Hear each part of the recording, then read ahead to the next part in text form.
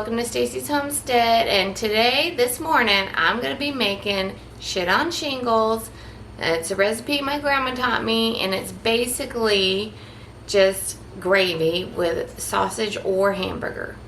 And my grandma, who has passed away, she said, because the reason why they called it that is because it looks like chicken shit on a roof. So that's what we be making right now. So let's get to it. Alright, so here we go. We're going to be making our shit on shingles, and it's just the sausage gravy. And so we're going to first open our sausage. So we're just gonna, I like to just slice it down with the dull knife, you know. Gotta have that dull knife always. Alright, let's slice it down with a knife. Alright, so we're making our shit on shingles now. We cut our sausage bag open. And if you were to take this out of the freezer frozen and wanting to defrost it in the microwave, you need to cut these metal tabs off on the end. So there's a metal tab on each end. Just cut those off, slice it, and then put it in the microwave, and you're good to go. So let's open this up and then set it to the side. So now we have it all ready. Okay, now we're going to heat our pan up. Now I do it in a big pot. Well, let's get this pan heated up. Sometimes I have to light it with the stick thing. I'll do that.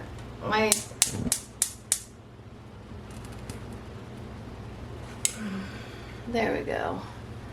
Have to light it.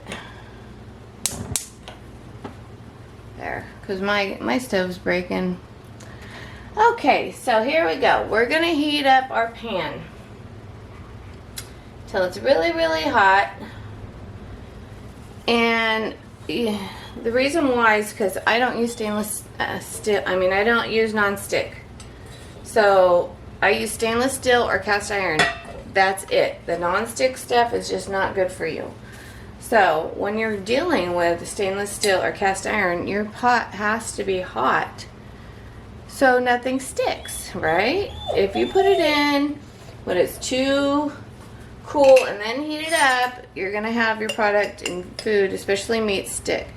Now, sausage is not very greasy at first, and to help prevent it from sticking, you need to add some oil. Now, I have bacon grease, and of course that's complementary to sausage, so I'll be using that. But you can use butter, which burns, so you can't use butter straight up. You have to mix it with the oil to keep it from burning. Olive oil is probably your best bet, or beef lard or something. So I'm going to do a nice dollop of bacon grease, because bacon grease is how you make your normal biscuits and gravy, y'all, by the way. You're just using bacon grease. So we're basically making regular biscuits and gravy with our bacon grease now by adding sausage to it for your shit on shingles. So now, see it's smoking up here. Now we're going to add our sausage. And just let it sit there and cook for a little bit. I gotta turn my heat down now because it's smoking. And if you're new to cooking with grease and oil, water and oil does not mix. So if you have any water in here, it's going to splash up on you and even catch the grease on fire. So if you have really, really hot grease and you add water to it, it's going to catch on fire. Also, like, it has to be really, really hot. Or either catch on fire or it's going to pop all over you and be... So you just got to smother it and put a lid over the top, because you can't pour water on an oil fire. You got to just put it right on top, smother it, or put flour all over it, because flour will douse the fire too. So just make sure, if you need to add water to oil, your oil has to be like not very hot. Like it could be warm. It just can't be super hot.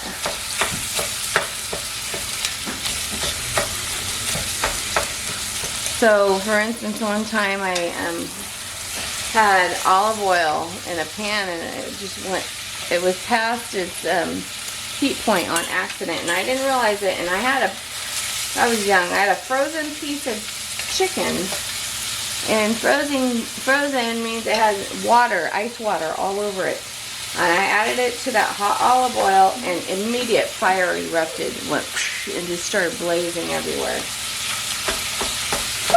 So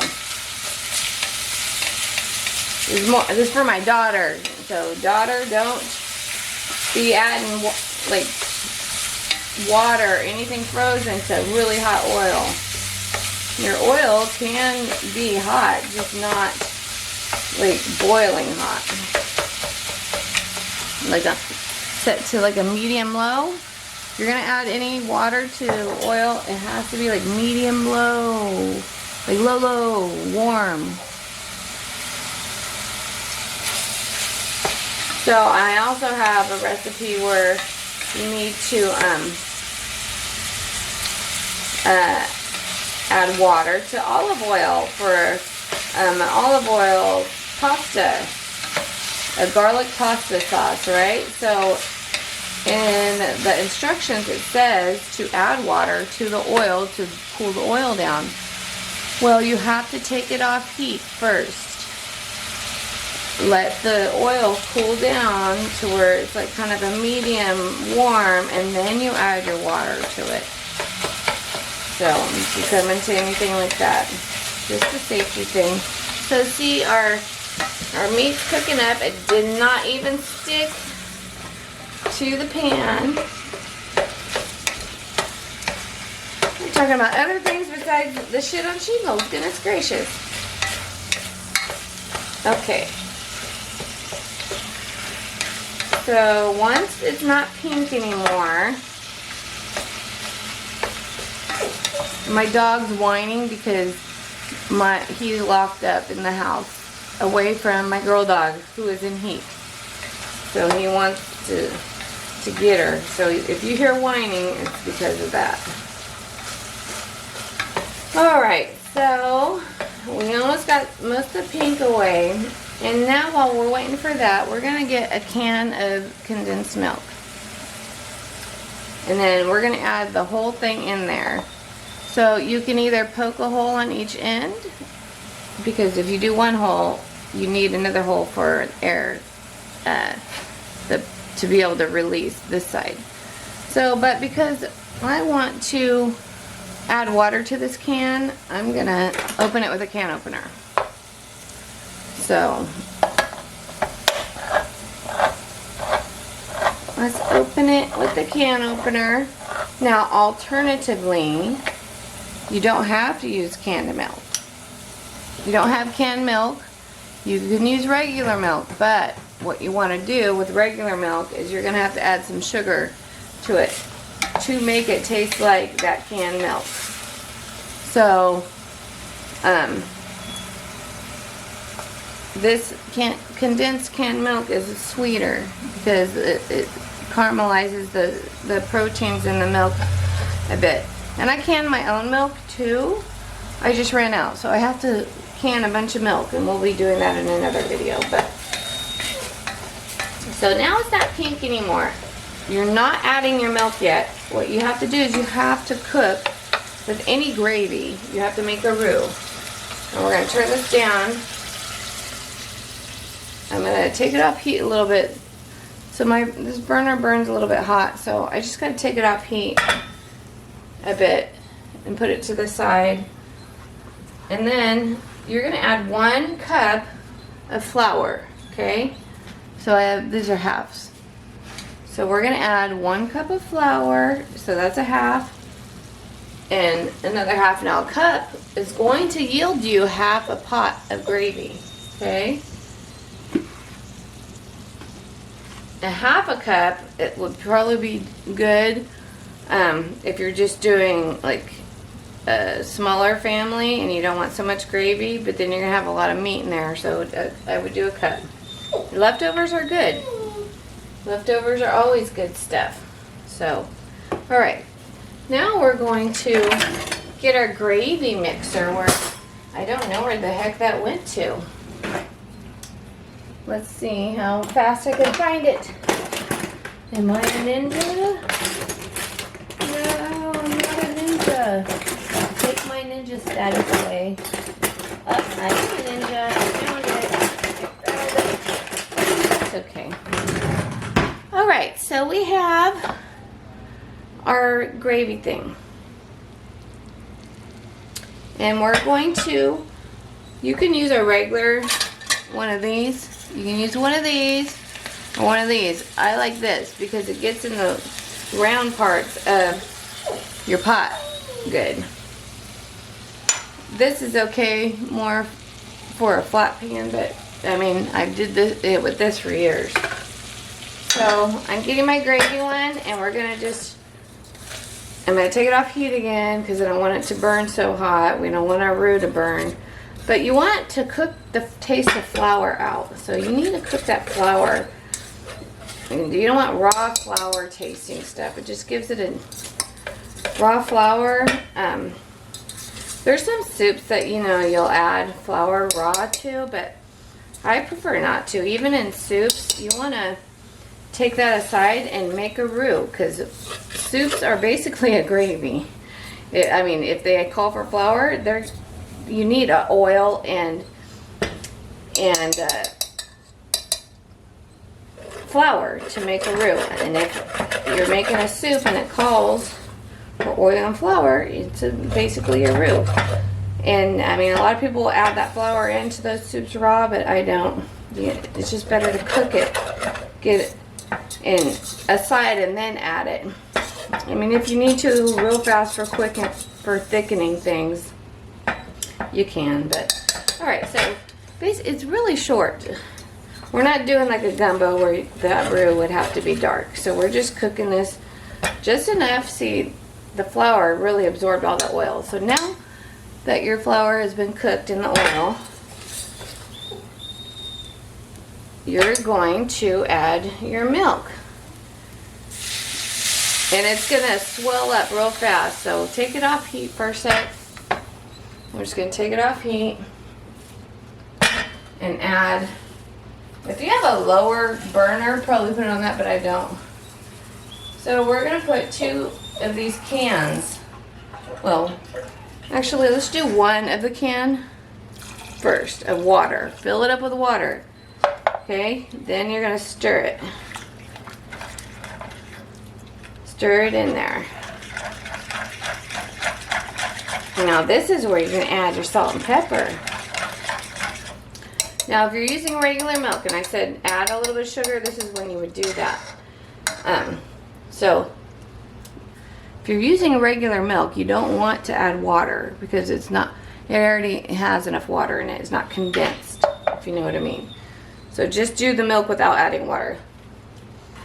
And I mean, if you need to thin it out, you can add water later just to thin it, so you don't have to use so much milk. All right, so it tastes like flour. We're gonna add some, and sometimes you can add a little bit of sugar to your condensed milk if you want a sweeter taste. I mean, when I say you're gonna add sugar to regular milk, I'm talking about just a tiny bit, like a spoonful. Not even, like a teaspoonful. It only takes a small amount of sugar, like a teaspoon. I'll just show you here, because I think this sausage isn't so sweet. So depending on your sausage, this sausage I bought does not have that sweet flavor. So taste it first before you add anything. Yeah, it needs a little bit of sweetness. So we're gonna add a little sugar.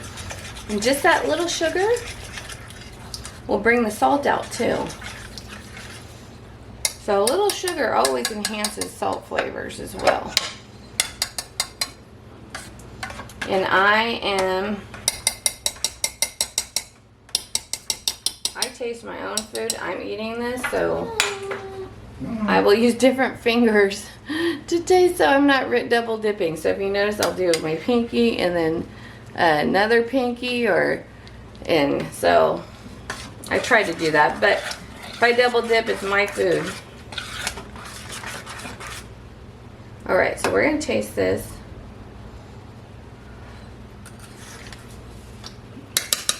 Yeah, I needed that bit of sugar.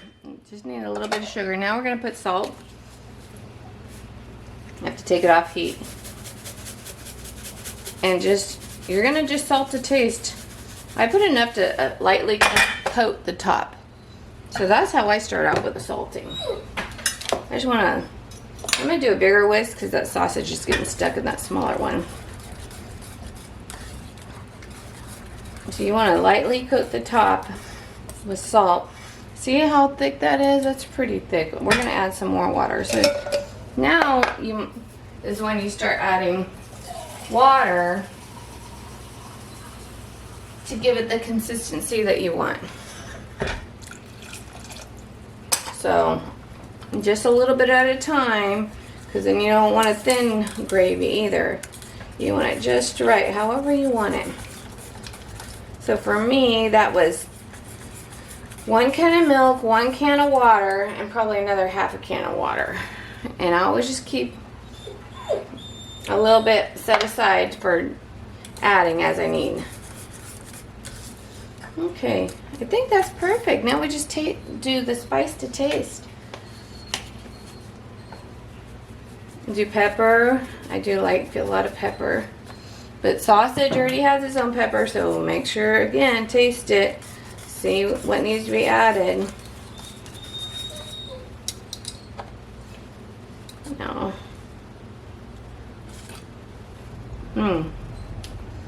Perfect. I probably need a little more salt because it's going on. We're gonna just do toast. We're just gonna toast up some toast, regular white bread toast, and add this on there, and it's good. You're good to go. And you do this with hamburger meat or sausage. And that's how you make shit on shingles. I probably want a little bit thinner. Just a little thinner, because that's what I needed. Just a little thinness. And then gravy only stays in the fridge for maybe a day or 2 the most, and then it goes bad, so you gotta eat it the next day if you're gonna save it. Okie dokie. Alright, y'all, so that's how you make the shit on shingles that my grandma taught me how to make. And we'll just talk to you later. Bye-bye.